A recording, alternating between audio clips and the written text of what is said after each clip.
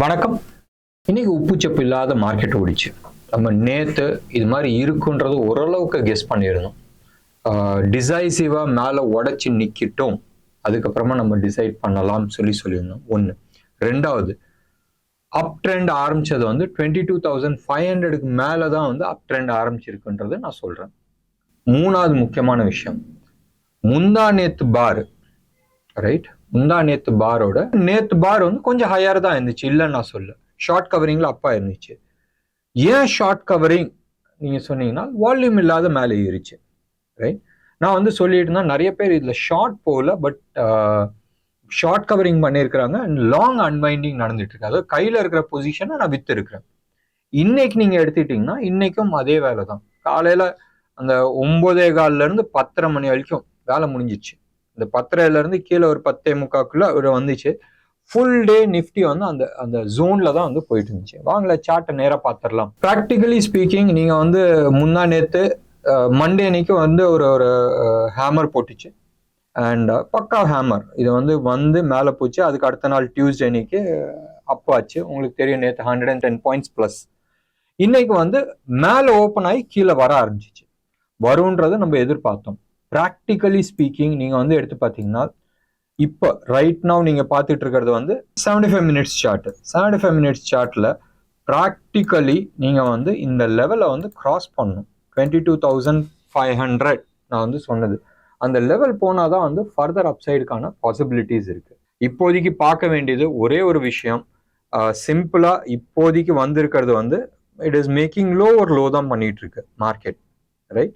இந்த இடத்துல தான் ஃபர்ஸ்ட் டைம் வந்து ப்ரீவியஸ் ஸ்விங் ஹையை வந்து உடைச்சிருக்கு. இது கீழே வந்து இந்த லெவலை உடைச்சாதான் வந்து ஃபர்தர் அப்சைடுக்கான பாசிபிலிட்டிஸ்ன்றது நம்ம பேசிட்டு இருக்கோம். ஒன்று. ரெண்டாவது, நீங்க வந்து எடுத்து பார்த்தீங்கன்னா இது வந்து 15 மினிட்ஸ் சார்ட்ல போட்டு பாருங்க. ப்ராக்டிக்கலி இன்னைக்கு வந்து டைம் பாஸ் தான் பண்ணிட்டு இருந்துச்சு. இந்த இடத்துல நீங்க எடுத்து பாருங்க, இந்த இந்த இந்த ஸ்விங்கு இந்த ஸ்விங் வந்தது வந்து அரௌண்ட் 11 o'clock. 11 o'clockல இருந்து 3:15 வரைக்கும் it was doing more of a time pass. என்ன நடக்கும்? ஆப்ஷன் பிரீமியம் காலி ஆகும். இன்னைக்கு வந்து bank Nifty expiry and bank Nifty almost இந்த கதை தான் பண்ணிச்சு. ஸோ ப்ராக்டிக்கலி இன்னைக்கு ஆப்ஷன் செல் பண்ணவங்களுக்கு செம்ம கொலை குத்து, ரைட்? ஒன்று. அண்ட் மார்க்கெட் தபன்னு ஏறினதுல நேத்தெல்லாம் வந்து ப்ரீமியம், செம்ம ப்ரீமியம். நிறைய பேர் வந்து மார்க்கெட் தூக்கிட்டு போகுதுன்னு சொல்லிட்டு பை பண்ணி வச்சிருந்தாங்க. இன்னைக்கு இப்படியே வச்சுக்கிட்டு கீழேயும் இறக்கல மேலேயும் ஏற்றாத ப்ரீமியம் சாப்பிட்டுட்டு போறாங்க. ஒன்று. ரெண்டாவது, நிறைய லாங் டேர்ம்னா என்ன, ஒரு வாரம் 10 நாள் இல்லை மந்த் அண்ட் புட் ஆப்ஷன் வச்சிருக்கிறவங்களுக்கும் ப்ரீமியம் கரைஞ்சி போகுது. ஸோ ப்ராக்டிக்கலி மார்க்கெட் எதுவுமே பண்ணலை. நம்ம அடுத்தது வந்து பேங்க் நிஃப்டியும் பார்க்கலாமே. பேங்க் நிஃப்டி எடுத்தோடனே நம்ம வந்து டே சார்ட் பார்த்துடலாம். டே சார்ட்ல நீங்க எடுத்து பார்த்தீங்கன்னா சம்திங் சிமிலர் டு நிஃப்டி. ஒரு ஸ்டேஜ்ல வந்து என்ன ஆச்சுன்னா, நேத்தோட லோ உடைச்சிச்சுல. நீங்க வந்து நேத்தோட லோ உடைச்சோடனே எல்லாரும் நினைச்சாங்க ஹேங்மேன், ரைட்? கீழே வந்துட்டு மேலே போனா ஹேங்மேனோட பேட்டர்னை வந்து கன்ஃபார்ம் பண்ணுது. ப்ராக்டிக்கலி உங்களை வந்து அப்படி ஒரு ஒரு நீங்க எடுத்து பாருங்களேன், எவ்வளவு தூரம் உள்ள போச்சு. ஒன்றும் பெருசா உள்ள போகல. இதான் வந்து உங்களுக்கு அப்படி லுலுலாய் பண்ணிட்டு போயிடுச்சு. ஸோ ப்ராக்டிக்கலி நீங்க எடுத்து பார்த்தீங்கன்னா, எப்படி நிஃப்டி வந்து ஒரு ரேஞ்சில் இருக்கோ, பேங்க் நிஃப்டியும் எடுத்துக்கிட்டீங்கன்னா ஒரு 350 பாயிண்ட், 47,000 48,000 பாயிண்ட்ஸ்ல 350ன்றது ஒண்ணுமே கிடையாது. அந்த 350 பாயிண்ட்ல தான் லாஸ்ட் 2 டேஸா வந்து கன்சாலிடேட் பண்ணிட்டு இருக்கு. இந்த பார் வந்தது வந்து நேத்து 145. அதுக்கப்புறமா நீங்க ப்ராக்டிக்கலி பார்த்தால் நேத்து 145ல இருந்து இன்னைக்கு 3:30 மணி வரைக்கும் மோர் அந்த ரேஞ்ச் பவுண்ட்லயே இருந்து ப்ரீமியம் தான் சாப்பிட்டுட்டு இருந்தாங்க. 350 பாயிண்ட்லயும் நல்ல பாயிண்ட் தான் சொன்னால் எத்தனை தடவை வந்து உங்களுக்கு பெரிய மூவ் கிடைச்சிச்சு? இன்னும் கிடையாதுல்ல. பெரிய மூவ் வந்து நான் ஆக்சுவல் சொல்ல போனா இன்னைக்கு காலையில 9:45 இருந்து சம்வேர் க்ளோஸ் அபவுட் 10:15 வரைக்கும் அந்த அரை மணி நேரம் தான் வந்து அந்த ஒரு பெரிய மூவ்னு சொல்லலாம். இது எல்லாமே வந்து it was a time killing. Practically market இன்னைக்கு வந்து எந்த விதமான ஆக்டிவிட்டிஸும் பண்ணல. ஆனால் சொல்லிதானே ஆகணும். ஆனால் இந்தியா விக்ஸ் 0.38% வந்து அப்பா இருக்கு. இது மாதிரி டைம் கில் பண்ணுதுன்னு சொன்னால் எப்பயுமே வந்து விக்ஸு கீழே வந்தாகணும், ரைட்? விக்ஸு கீழே வரல. அப்போ டைம் டிகேல தான் வந்து மார்க்கெட் குறைஞ்சிருக்கு. இண்டிவிஜுவல் ஸ்ட்ரைக் ப்ரைஸோட ஐவி அதில் தான் வந்து ஆப்ஷன் ப்ரீமியம் காலியாக இருக்கும் இல்லையா, ஓவரால் விக்ஸ் வந்து கீழே விழுவுல. ஸோ மார்க்கெட்டில் இன்னமும் டென்ஷன் இருக்கு. நீங்கள் எடுத்து பார்த்தீங்கன்னா 7 கட்டம் எலெக்ஷன் ஏப்ரல் 19 நம்ம சென்னையில் தமிழ்நாட்டிலேருந்து ஆரம்பிச்சிச்சு. அடுத்தது வந்து 21, ரைட். அதுக்கு அடுத்தது நேற்று வந்து ஒரு 4வது கட்டம் முடிஞ்சிச்சு. இன்னும் 3 கட்டம் பாக்கி இருக்கு, ரைட். 3 கட்டம்ன்றது ஜூன் 1ஆம் தேதி, அதுக்கப்புறமா மே 1 இருக்கு, 20ஆம் தேதி இன்னைக்கு மகாராஷ்டிரா இருக்கு. இந்த கடைசி கட்டத்துல மேக்சிமம் எடுத்துக்கிட்டீங்கன்னா it is more of BJP dominated. So அதுல வந்து எந்த விதமான சந்தேகமும் இருக்கக்கூடாது. இது வரைக்கும் நடந்ததுல, ரைட், இது வரைக்கும் நடந்ததுல வந்து அவங்க வந்து அப்சல்யூட் கண்ட்ரோல்ல இருக்கிறதா தான் ரிப்போர்ட்ஸ் வந்துகிட்டு இருக்கு. சத்தா மார்க்கெட் ரிப்போர்ட்ஸ் அப்படிதான் காட்டிட்டு இருக்கு. அப்ப ஏன் மார்க்கெட்ல இந்த வாலட்டாலிட்டி எடுத்துட்டு வராங்க ஒரு கேள்வி. ரெண்டாவது, எலெக்ஷன் முடிஞ்சதுக்கு அப்புறமா இப்ப பரவலா மார்க்கெட்ல பேசுறது வந்து என்ன ஆகுதுன்னா, குஜராத்லயும் மகாராஷ்டிரலையும் மேக்சிமம் இன்வெஸ்டர்ஸ் இருக்கிறாங்க ஸ்டாக் மார்க்கெட்ல. அந்த எலெக்ஷன் வந்து மண்டே அன்னைக்கு முடிஞ்சிடும். மண்டே அன்னைக்கு அந்த எலெக்ஷன் முடிஞ்சிருச்சுன்னா இறக்கிடலாமா, இறக்கிடுவாங்களா? மேஜர் இன்வெஸ்டர்ஸ் அங்கதான் இருக்கிறாங்க. எலெக்ஷன் முடிஞ்சதுக்கு அப்புறமா ஒன்றும் பண்ண போறது இல்லை, அதுக்கப்புறமா இறக்குவாங்களான்றது நிறைய பேர் வந்து இன்னைக்கு கேள்வி கேட்டுட்டு இருந்தாங்க. மார்க்கெட் மறுபடியும் நான் சொல்றேன், டவுன் சைட்ல வந்து 21,800 உடைக்கிட்டோம். அதுக்கு அடுத்தது வந்து 21,500 உடைக்கிட்டோம். அதுக்கப்புறமா நம்ம பார்த்துக்கலாம். ஸோ பெரிய மூவ் கிடையாது, ஒன்று. ரெண்டாவது, இண்டிவிஜுவல் ஸ்டாக்ஸ்ல வந்து பெருசா கீழே விழுவதுக்கான வாய்ப்புகள் இருக்கு, especially mid cap and small cap. மூணாவது முக்கியமான விஷயம், ஓப்பன், ரைட். அப்சைட்ல வந்து target somewhere close to about 23,200 level வரைக்கும் இப்போதைக்கு ஓப்பன்ல இருக்கு. அது ஓப்பன்னா என்ன, அது என்ன யாராச்சும் திறந்து விட்டாங்கன்னா டெக்னிக்கல் லெவல்ஸ்ல தான் நம்ம வந்து பேசுறோம். இது வந்து அரௌண்ட் ஜூன் 5 பக்கமா அந்த டார்கெட்ஸ் காட்டிட்டு இருக்கு. பார்க்கலாம் ஜூன் 5 அந்த டார்கெட் அச்சீவ் ஆகுதான். இது மேல போகும்போதும் டெஃபினட்டா நம்ம வந்து எதிர்பார்க்கறது வந்து பேங்க் நிஃப்டியும் நம்ம வந்து எதிர்பார்க்கலாம். பேங்க் நிஃப்டி 51,300 51,200 அந்த ஜோன் வரைக்கும் ஓப்பனா இருக்கு.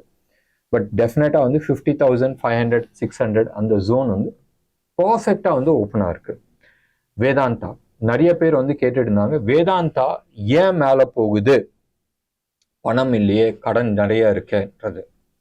எலெக்ஷன் முடியட்டும், நான் மறுபடியும் நான் சொல்றேன், இது வந்து ஒரு விவாதத்துல கூட நான் வந்து சொன்னேன், எலெக்ஷன் முடியட்டும், ரைட். முக்கியமான பேப்பர்ஸை தேடிட்டு இருக்காங்க. சுப்ரீம் கோர்ட்ல வந்து சொன்னாங்க, இல்லை இதை வந்து இன்னமும் இன்வெஸ்டிகேட் பண்ணும் சொல்லிட்டு ஒரு டேட் கொடுத்துருக்காங்க. எலெக்ஷன் டேட் முடிஞ்சோடனே கொடுத்துருக்கு. ஸோ முக்கியமான பேப்பர் இருக்கு. அந்த பேப்பர் கிடைச்சோடனே கிளியரன்ஸ் கொடுத்துருவாங்க. தூத்துக்குடி பிளான்ட்டுக்கு வந்து கிளியரன்ஸ் கொடுத்துருவாங்க. தமிழ்நாடு கவர்மெண்ட்டும் அதை அக்செப்ட் பண்ணும் நம்புறேன், ரைட். அப்படி பண்ற பட்சத்தில் வேதாந்தா எங்க போகுன்றது நீங்க நினைச்சு பாருங்க. இது என்னோட கருத்து.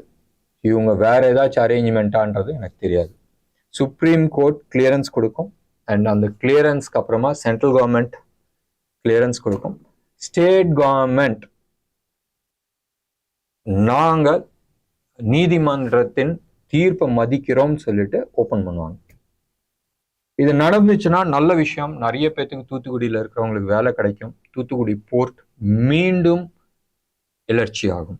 நினைச்சு பாருங்களா, ஆல்மோஸ்ட் 7-8 வருஷம் ஆச்சு தூத்துக்குடி பிளான்ட் க்ளோஸ் ஆகியிருந்தனால. அதனால தான் பொல்யூஷன் வந்துச்சுன்னு சொன்னால் இந்நேரம் அங்க வந்து பொல்யூஷன் லெவல் டிராஸ்டிக்கா குறைஞ்சிருக்கணும். குறைஞ்சதுக்கான எந்த விதமான அறிகுறியும் கிடையாது.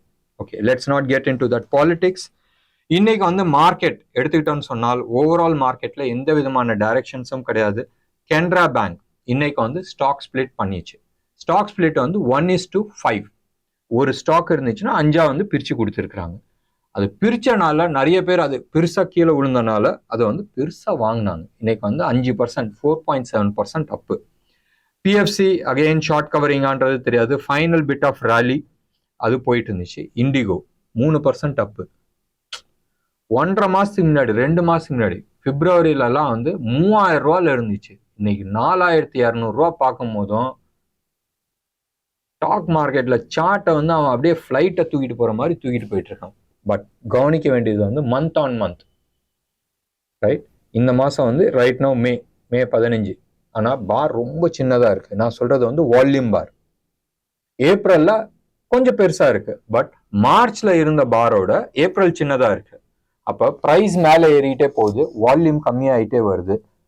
ரெண்டு விஷயமா தான் இருக்கும். ஒன்று, விற்கணும்னு விருப்பப்படல, நிறைய பேர் வந்து ஹோல்ட் பண்ணி வச்சுட்டு இருக்கணும்னு விருப்பப்படுறாங்க. இன்னொன்று வந்து வால்யூம் இல்லாத மேலே ஏறுதுன்னு சொன்னால் இல்லை கிராஷ் ஆகிறதுக்கான ரெடி ஆகிட்டு இருக்கு, யோசனை பண்ணிக்கலாம். அடுத்தது பிஹெச்இஎல், பெட்ரோல் ஸ்டாக்ஸ் எல்லாமே, மார்க்கெட்டிங் கம்பெனி எல்லாமே நேற்று வந்து ஒரு 1.5% கீழே இறங்குச்சுல க்ரூடு. டெஃபினட்டா ஆயில் மார்க்கெட்டிங் கம்பெனிக்கு இது வந்து ப்ளஸ் பாயிண்ட். அதே மாதிரி மெட்டல்ஸ், கோல் இண்டியா, ஜிண்டால், செயில், ஹிண்டல்கோ, இது எல்லாமே வந்து அப்பா இருந்துச்சு. ஓவராலா நீங்க வந்து எடுத்து பார்த்தீங்கன்னா ஒவ்வொரு செக்டார்லயும் வந்து ஒரு 4-5 ஸ்டாக் அப்பு, ஒரு 4-5 ஸ்டாக் டவுன். ஸோ ஓவரால் மார்க்கெட்ல வந்து எந்த விதமான கிளாரிட்டி இல்லாததான் இருந்துச்சு. ஸோ ட்ரேட் பண்ணும்போது பார்த்து ட்ரேட் பண்ணுங்க. ஸ்ட்ரிக்ட் ஸ்டாப் லாஸ் மெயின்டைன் பண்றது புத்திசாலித்தனமா இருக்கும். இன்டர்நேஷனல் மார்க்கெட்ல இன்னைக்கு யூஎஸோட சிபிஐ டேட்டா வருது. சிபிஐ டேட்டா வந்துச்சுன்னு சொன்னால் நிச்சயமா, right, it looks like most likely silver வந்து $29 கிராஸ் பண்ணி நிற்கும்ன்றது எதிர்பார்த்துட்டு இருக்கேன். சொல்லிட்டு இருக்கும் போதே 28.96ல ட்ரேட் ஆகிட்டு இருக்கு. இன்ஃபேக்ட் ஃபியூச்சர்ல வந்து 29.07கே போயிடுச்சு. ருபி டேர்ம்ஸ்ல ஹோல்சேல் ரேட் 999 குவாலிட்டி ஜிஎஸ்டியோட 87,300 அந்த லெவல்ல ட்ரேட் ஆகிட்டு இருக்கு. கோல்டை பொறுத்த வரைக்கும் 7,550 அந்த ரேஞ்சில் வந்து ட்ரேட் ஆகிட்டு இருக்கு. பார்க்கலாம் என்ன ஆக போகுதுன்றது பார்க்கணும். ருப்பியை பொறுத்த வரைக்கும் அதே ஸ்டேபிளா நிற்குது, 8350 அந்த லெவல்ல நிற்குது. ஸ்டாக் ஸ்பெசிஃபிக்காக நான் எதுவும் பேசல. செக்டார் ஸ்பெசிஃபிக்காக நம்ம இப்போதைக்கு பேசுறதுல அர்த்தம் கிடையாது. வெயிட் பண்ணி பார்க்கலாம், டேட்டாஸ் வரட்டும், அதுக்கப்புறமா நம்ம வந்து கிளாரிட்டிஸ் எடுத்துக்கலாம். இண்டிவிஜுவல் ஸ்டாக்ஸ், நிறைய ஸ்டாக்ஸ் வந்து ஓரளவுக்கு பர்ஃபார்ம் பண்ணிட்டு இருக்கு. பட் பார்த்து ட்ரேட் பண்ணுறது அட்வைசபிளாக இருக்கும். என்ன நேர்களே, இன்னைக்கு ப்ரோக்ராம் உங்களுக்கு பிடிச்சிருந்துச்சுன்னா லைக் பண்ணுங்க, ஷேர் பண்ணுங்க. டெஃபினட்டாக உங்களோட கமெண்ட் பாக்ஸில் கொடுங்க. நன்றி, வணக்கம்.